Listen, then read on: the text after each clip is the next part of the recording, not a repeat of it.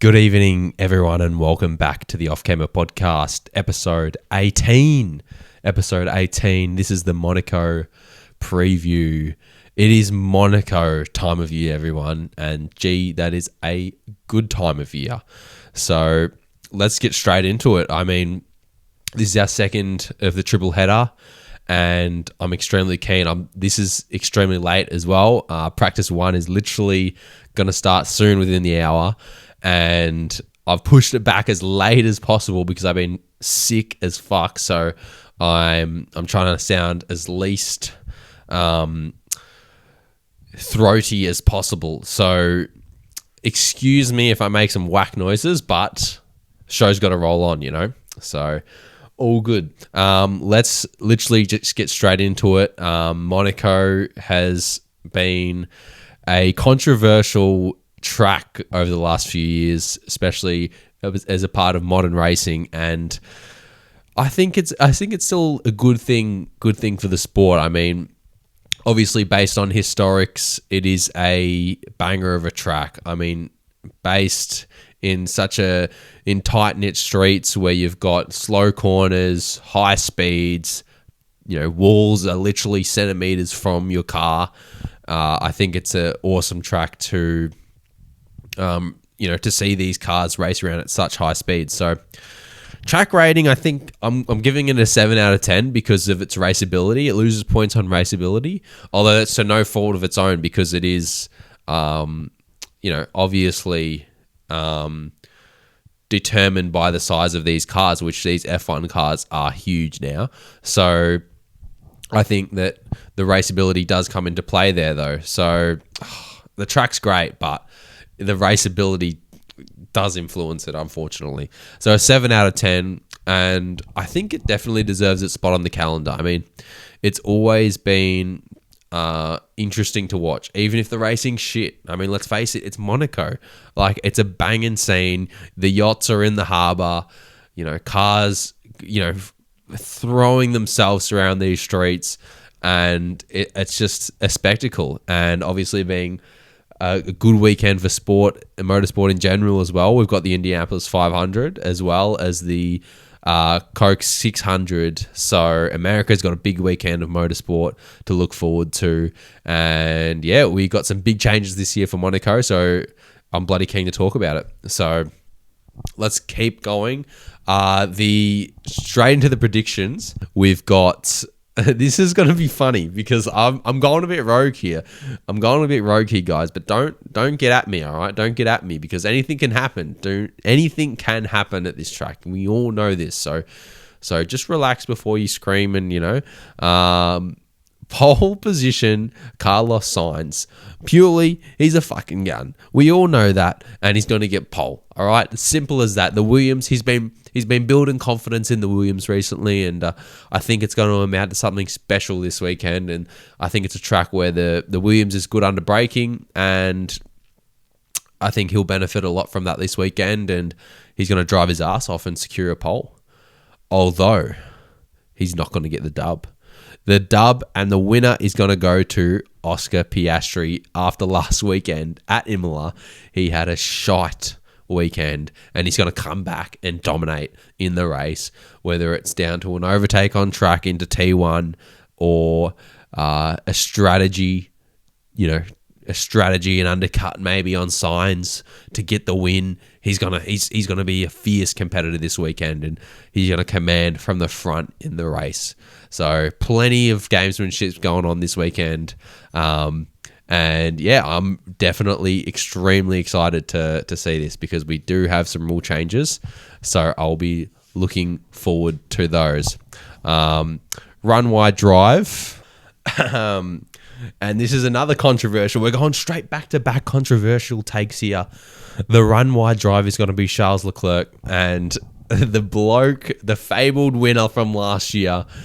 I feel bad saying this, but he's had a shocking run at Monaco over the years. So he's had his dub, and now I feel like the luck's going to go back in the other direction, and the Ferrari's going to be pretty shit. I mean, just throwing it out there, I hope that, we always hope, we're glorifying everyone here. We hope they do well. We wish for everyone's success. But in my opinion, I think the Ferrari is not going to be good at Monaco, and yeah, we'll see what happens. So Charles Leclerc is my run wide drive for Monaco. The class drive, another interesting banger. It's funny to say this again with the season that he's been having. Fernando Alonso is going to be the class drive, and he's going to score points this weekend. He dragged that Aston Martin to P5 in qualifying in Imola, and I think he's going to be hyped up, and I think Aston's going to build on that momentum, and they're going to really take it in their stride to perform and score in the points. So I think Fernando Alonso is going to burn Stroll here, and I think he's going to have an excellent weekend. So those are the predictions, and I think it's going to be a banger of a race with this 2-stop strategies that are going to be going on. So now let's talk antics, F1 nerds. We love having a conversation. Let's talk about the changes this year for Monaco. So the mandatory 2-stop this year is going to be extremely fun to see.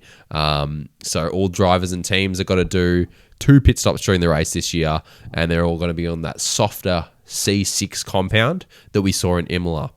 But here's the thing, and I was wondering about this, is because in Imola there was a 1-stop possible. So what does that mean for Monaco? Because is there even going to be a tyre delta for new tyres compared to old tyres? Because if Imola was capable of doing a 1-stop, Monaco should theoretically be easily capable of doing a 1-stop, which means that the strategy is going to be about, getting your driver into open air. And we've seen this over the years, especially with drivers boxing on like lap 1, lap 2, lap 3. Bit of gamesmanship. There's going to be plenty of gamesmanship this weekend with strategy. The pit crew and the strategists are going to play a disproportionately large role because they just mean more. Stops are going to mean more. Calls are going to mean more. Undercuts are going to be crucial. Driving in clean air is going to be the key.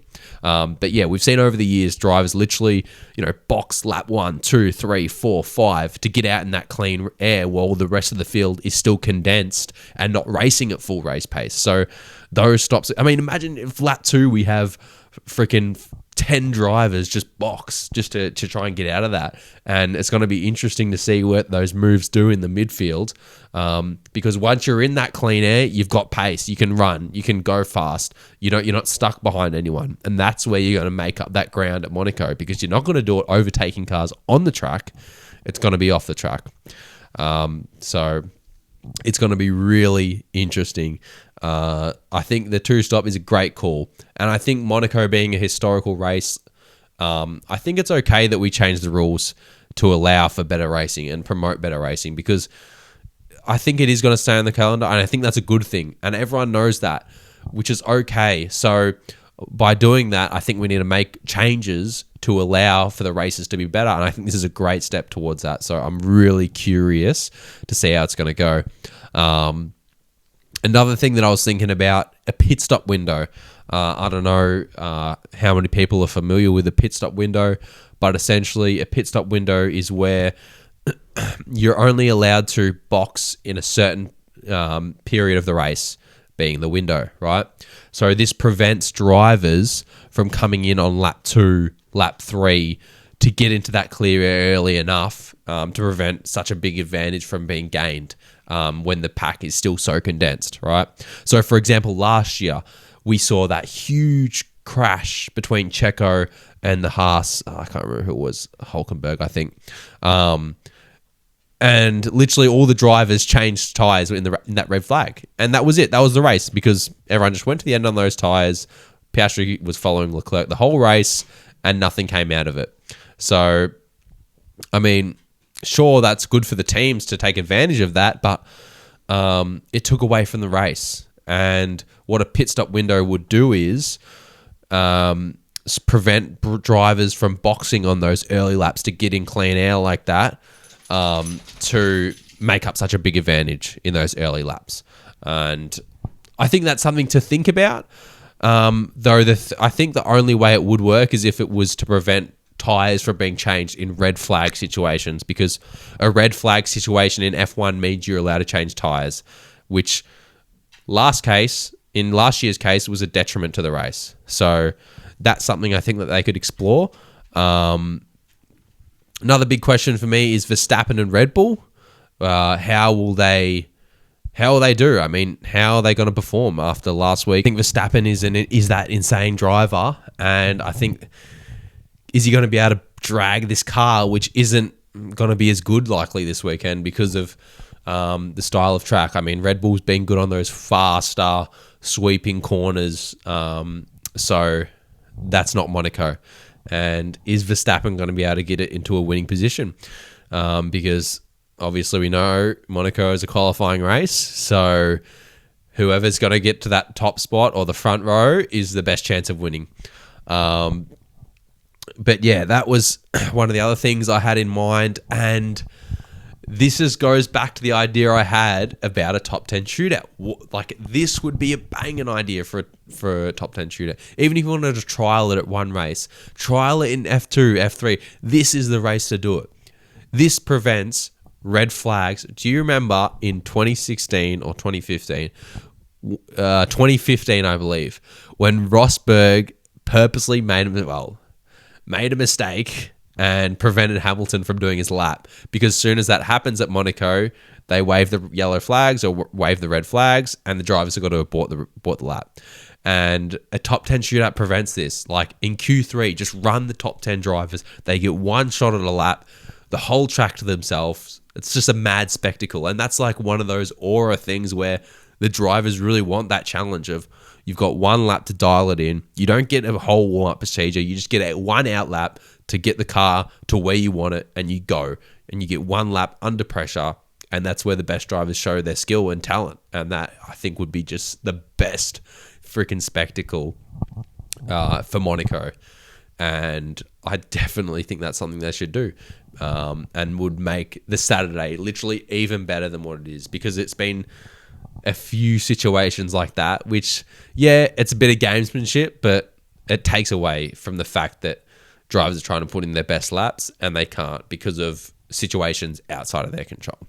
So that's what I was thinking about for those things.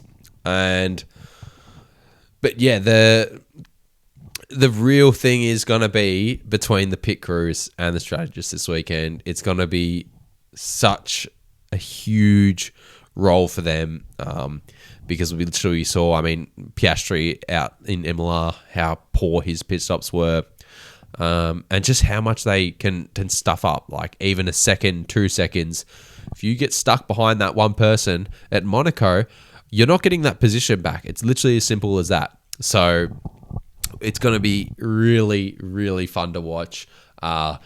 Qualifying is going to be that insane Saturday qualifying that I cannot wait for. And yeah, I mean, otherwise it's going to be an insane weekend to prove who sits where in the pecking order. Ferrari have been down. They've been down bad, big time. So they need to step back up. Aston, can they continue their momentum? Mercedes, can they come back with a better package for Monaco? I think they can. I reckon they'll be pretty quick. Mercedes they've been sort of consistent, so I'd like them. You know, I think they're definitely capable at a track like Monaco to surprise the grid, and I feel the same way for Williams. I reckon, and that's why I've got Sainz for pole. I mean, I'm shit at predictions anyway, so I've just gone rogue here. But yeah, I think Williams can definitely step up here. Red Bull and Racing Bulls, I don't know where they're at. I think they're going to be worse off on a track like this. As I said, that this track is slow, stop-start, acceleration, braking. There's not many of those sweeping corners that car seems to like, and Max seems to like driving on. So I think they are going to be a bit worse off this weekend, but we'll see how that plays out. And then the usual suspects, Haas and Sauber, I don't expect to be anywhere. So Alpine, I also don't think that their package will be good this weekend. Similar reasoning to Red Bull. I think their car aero wise, likes those sweeping higher speed corners. So I don't think they're gonna be that quick this weekend. So yeah, that's pretty much everyone. And yeah, I mean that's what I've got really. Looking forward to the weekend. Looking forward to see what it produces. Make sure you give me your takes and stuff. We love to chat around here and just talk lots of shit. That's what it's all about, you know. We want to prop up this sport and show everyone the deep dives and what it's all about and the different ways to look at it, not just on the surface level. So we want to build a good community here. And yeah, that's me for today, guys. Really hope you enjoyed listening to the podcast today. And I look forward to a good weekend. Everyone, enjoy your weekend. Enjoy the Monaco Grand Prix Part 2 of the triple header. Everyone have a great weekend. We'll see you on Monday.